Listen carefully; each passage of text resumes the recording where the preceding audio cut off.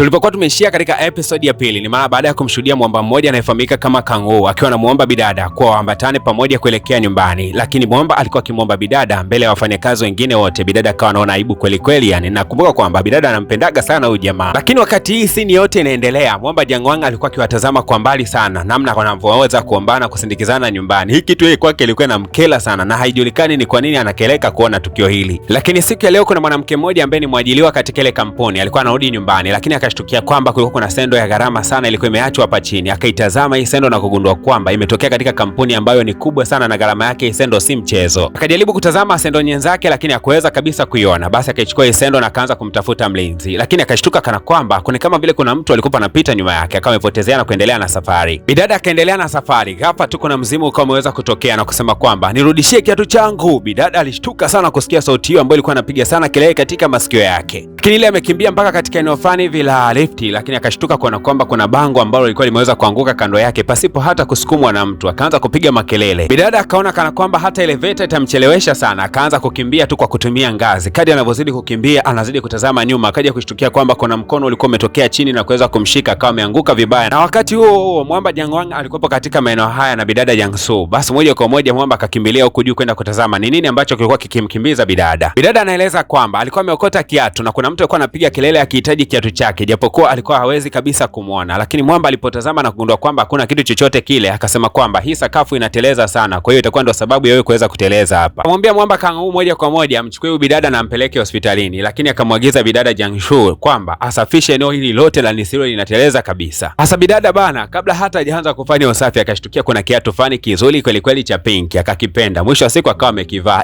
Bana we, kisanga kikaanzia pale pale kwa sababu mizimu ikaanza kumkimbiza kwa kusema kuwa nataka kiatu changu. Ni bidada alikimbia mpaka ule mzimu ukawa umeanguka chini na kuweza kuteguka. Ule mzimu bado ukaendelea kucrawl chini, lakini spidi uliokuwa nayo ilikuwa ni kubwa mpaka bidada akabaki anashangaa. Kumbe mizimu ikiwa milemavu inakimbia kuliko hata binadamu Bidada akakimbia kweli kweli mpaka ndani ya lift. Lift funga, lakini akawa anashuhudia kuna matone fani vya damu yanatiririka katika mitaa hii. Akagundua kwamba mzimu lazima utakopo katika mitaa hii. Hapa tu bana, ile lift inafunga tu na ule mkono wa mzimu ukawa unaingia, lakini ashukuriwe Mungu akaweza kufungia kwa ndani ule mzimu, afu yake akawa amepenya katika lift huyo. Sasa bidada bana akavuta pumzi akijua kwamba amemaliza mzigo wote, lakini kumbe bana mzimu ulikuwa hapa ndani ya elevator. Akaanza kutikisa kidogo, taa zikaanza kuwakawaka huko zinazima. Alipogeuka akagundua kwamba mzimu ulikuwa huko hapa ndani na ukamwambia kuwa anahitaji msaada wako. Bidada bado akawa amekimbia tu akutaka kabisa kusikiliza ule mzimu. Alipokimbia alishukuru Mungu kumweza kumwona bosi wake akiwa anatoka katika maeneo haya. Akamsimamisha, bosi naomba nipatie lift, naogopa kuna mzimu unanifukuzia. Sasa huyu bosi kusikiaga mabali ya mizimu hivi anaga kabisa time nayo. Dada hakuamini kabisa namna ambavyo bosi wake ana roho mbaya kiasi kile. Alifukuzia gari lakini bado hakuweza kufanikiwa kuikuta hata kidogo. Baadaye akawa amefumba macho yake kwa sababu aliweza kuona ule mzimu ukiwa unajikongoja taratibu unamfuata mpaka alipo. Lakini mwamba wakati anaendelea kukimbiza gari yake kupitia kioo cha side mirror akaja kushtukia kwamba bidada alikuwa anaonekana mwenye sura ya hofu sana. Jamaa akawa amepata mpaka huruma, akaona kwamba kwa nini sirudi tu kwenda kumsaidia bana. Jamaa akarudisha gari nyuma mpaka hapa bidada alipo, kisha akashuka na kumwambia haya, nini kinachokusumbua? Bidada akamkumbatia mwamba, tafadhali nikumbatie. Basi moja kwa moja ule mzimu ukawa umeweza kuondoka. Akaona kuwa ni kama vile amekutana na ngome ya tumaini jema. Unajua mwamba anaaminiki kwamba kadada kana tabia za kimalaya fulani hivi, kwa sababu kila wakati kanapenda kumkumbatia bila sababu yoyote. Basi bidada akawa anamsimulia mwamba kwamba bidada mmoja anayefahamika Anjingju alikuwa amepataga ajali katika ajali fani vya gari. Anasema kwamba nimsaidie, ndio anayekimiliki kikiatu na ameniomba hiki kiatu nimpelekee mume wake ambaye yuko hospitalini kutazama mwili, kwa sababu mume wake bana amepata taarifa za mke wake kwamba amekufa, kwa analia kweli kweli. Kwa hiyo bidada akawa amesindikizwa na jamaa mpaka huko hospitalini. Kumbuka kwamba jamaa haaminiki kabisa ya masuala ya mizimu, anaona kwamba bidada ni muongo tu. Walipofika katika maeneo fani vya parking hapa hospitalini, bidada akamwambia kuwa naomba tuambatane mpaka ndani nikiwa nimekushikilia mkono, kwa sababu katika maeneo ya hospitalini mizimu inakuaga mingi sana na misumbufu, kwa naomba tuambatane pamoja. Basi jamaa akawa anamfuata tu bidada na kumpeleka huko kwa chumba ambacho mwamba anapatikanika. Yule mzimu akazidi kutoa muongozo tu akielekeza ni wapi mume wake anapatikanika, na ni kweli kabisa mume wake akaonekana akiwa anatoa mwili kutokea chumba fulani kupeleka katika chumba kingine. Ghafla tu bana kuna kiatu kilikuwa kimeanguka cha pinki. Yule mume mtu akawa amekiokota kile kiatu na kukumbatia, ndo akawa amekuja kugundua kwamba mume alimpenda sana mke wake. Lakini ile time anamfuata tu aweze kumrudishia kiatu chake, jamaa akajikuta tu kwamba ameweza kunyanyuka kutoka katika ile siti aliyokuwa ameweza kukaa, na moja kwa moja akawa anaelekea katika chumba fulani hivi cha siri. Akaanza kuongea na simu, lakini ajabu ni kwamba jamaa alikuwa analia eti katika hiki chumba cha siri. Jamaa anaonekana kucheka sana na anaongea na simu kwa furaha. Tena alikuwa anatangaza kwa kusema kwamba hatimaye mke wangu amekufa. Bidada Jiangsu akasema kwamba wakati mwingine wanaume wanatisha kuliko hata mizimu. Yani sikutegemea kabisa huyu kaka kwamba angekuwa na tabia za kishenzi vile. Yule mzimu Azim Jinju alikuwa akimtazama mpenzi wake, haamini kabisa macho yake kwa kuona kwamba jamaa alikuwa anazungumza kwa kicheko, akajisikia maumivu makali sana ndani ya mtima wake. Bidada Jianshu akasema kwamba lazima ile ajali inahusiana sana na huyu jamaa, kwa sababu hawezi kufurahia kifo cha mke wake kama akuwa amekipanga namna hii. Lakini wakati anataka kwenda kupeleza hicho kifo, jamaa kama amemsimamisha kidogo na kumwambia tulia kwanza. Unaonaje kama ukipata muda wa kuhangaikia mambo yako na kushughulikia mambo yako, kwa sababu watu unaowasaidia hata hawatakuja kukulipa hata shilingi 10, lakini tuna mambo mengi sana ya kuyafanya. Uko busy tu na mambo ya watu wengine katika maisha, pambania mambo yako wewe. Kweli kabisa. Nyakati za jioni, bidada akawa anarudi nyumbani akikumbuka namna ambavyo anaishi maisha ya kimaskini. Sendo yake moja imeweza kupotea, anatembelea boksi, watu wanamcheka. Akaanza kuona kweli jamani, nahangaika na mambo ya watu sana, napambania watu wengine, lakini maisha yangu ni ya kishenzi sana. Lakini wakati huo Mwamba Kang'o, yule ambaye bidada anampendaga sana, akawa amefika pale na hakushangazwa kumuona bidada ameweza kufanya kitu kama hiki. Japokuwa wengine walikuwa kimcheka, lakini jamaa alifika akajisikia huzuni. Mwamba kama kawaida akaomba amsindikize bidada mpaka nyumbani, kwa sababu anaishi katika vyumba ambavyo vinakaribiana. Huku mtaalamu Gangwan yuko katika gari yake, akaja kushtuka kwamba kulikuwa kuna viatu vilikuwa vimeachwa na mfanyakazi wake mmoja. Akawa anakumbuka kwamba bidada kule hana viatu, alafu hivi viatu vilikuwa vimeachwa kwenye gari yangu. Na Mwamba akawa amelainika moyo wake moja kwa moja bana, akawa anaendesha gari yake kumpelekea bidada hivi viatu angalau viweze kumstili. Lakini ghafla tu akiwa njiani akagundua kwamba amepoteza mwelekeo, ila kuna kitu fulani hivi kama kipeperushi kikaa kana kwamba kinamwelekeza sehemu hivi tofauti kabisa. Hasa unajua binadamu ana tabia moja hivi ajabu, kitu fulani hivi anatoweza katamani kujaribu. Basi jamaa akawa anajaribu kifuata hichi kipeperushi ambacho kilikuwa kinapeperuka mataa hii. Basi moja kwa moja kaka kimemleta mpaka katika maeneo haya. Ilikuwa ni katika mitaa tena ya hospitali kule ambako alikuwa ametoka kurudisha kiatu. Basi hapo akawa anamuona yule mume mtu akiwa anatoka pale hospitalini, anaendelea kuongea na simu kama kawaida yake. Na akamuona jamaa anakitupa kile kiatu ambacho kilikuwa kimebakia katika dustbin. Hii kitu ikaanza kumsababisha jamaa aanze kumdoubt na huyu jamaa kwamba huenda huyu anahusika katika mauaji ya mke wake. Kesho yake tena bidada Jiangsu akamfuata yule mwanamke ambaye siku ya jana alikuwa ameanguka baada ya kusema kwamba ameweza kuona mzimu. Na akawa anamdadisi, hivi kile kiatu jana ulikiokotea maeneo gani? Basi yule bidada akawa amempeleka. Bidada akasimama pale ambapo kiatu kilikuwa kimeokotewa, akapata zama we. Lakini alikuja kugundua kwamba hii ajali ilitokea jirani sana katika duka ambalo linamhusu yule mume ule msichana ambaye ameweza kufariki. Akalala mpaka chini kutazama ilikuwaje ajali ikatokea mpaka yule mwanamke akafa. Hasa bosi mtu akawa anafika katika maeneo hayo na kumkuta bidada amelala hapa katika njia. Akabaki anashangaa sana, mbona huyu mfanyakazi wangu ananizalilisha sana? Akamwambia kuwa ni jambo la aibu nao lifanya, watu watakuwa wanaidharau kampuni yangu kwa kwamba wafanyakazi wangu wa kipumbavu. Lakini wakati huo kuna mwanamke mmoja alikuwa akipita katika mitaa hii na amevaa viatu vinavyofanania kabisa na hivi viatu ambavyo marehemu alikuwa anavimiliki. Lakini alikuja kugundua kwamba huyu bidada alikuwa akiingia katika duka ambalo linamilikiwa na yule mume mtu wa marehemu. Lakini dakika si nyingi mume mtu naye akawa anafika katika mitaa hii. Mbaya zaidi ni kwamba bidada akaanza kuchungulia nini kinachoendelea huko ndani. Akashangaa kuona kwamba kumbe hawa bana ni wapenzi na walikuwa wakikisi wakati huo. Lakini kwa bahati mbaya Mwamba ni kama alikuwa anataka kutazama mlangoni, bidada akawa ameweza kujificha, ila mzimu ulikuwa unamwambia kuwa ni namna gani ambavyo umeweza kuumizwa sana baada ya kugundua kwamba mume wake kumbe alikuwa akichepuka. Mzimu ukawa unasema kwamba ile siku mimi nilikuwa naelekea kumsurprise mume wangu katika siku yake ya birthday. Kwa bahati mbaya sana nilipoweza kuingia ndani, sikuamini macho yangu kuona kwamba mume wangu kumbe alikuwa akinisaliti na mfanyakazi wake. Na tena walikuwa wakifanya mjadala kwamba wanatakiwa kumuua kabisa yule mwanamke ambaye anafahamika kama Jinju katika safari ambayo itakwenda kufanyika hivi karibuni ya kutembelea milima. Na akakili wazi mbele ya huyu kimada wake kwa kusema kwamba mke wangu anapenda sana kupanda milima na sisi tutatumia fursa hiyo kuweza kumteketeza kabisa ili tuwe huru na mapenzi yetu. Lakini wakati wote huo anayadiskasi haya asijue kwamba mke wake alikuwa yuko kando ya dirisha na alikuwa akimsikiliza mambo yote hayo. Ndivyo ambavyo bidada anasimulia namna gani mpaka yeye aliweza kufariki. Hasa bidada ile kitu ikamtengenezea maumivu makali sana, akajikuta mpaka amepiga makelele. Mume wake akaweza kumuona katika dirisha, akaanza kumfukuzia. Basi mkimbizano ulikuwa ni mkubwa sana, na alipofika njiani kwa bahati mbaya kiatu chake kimoja kikaweza kuchomoka.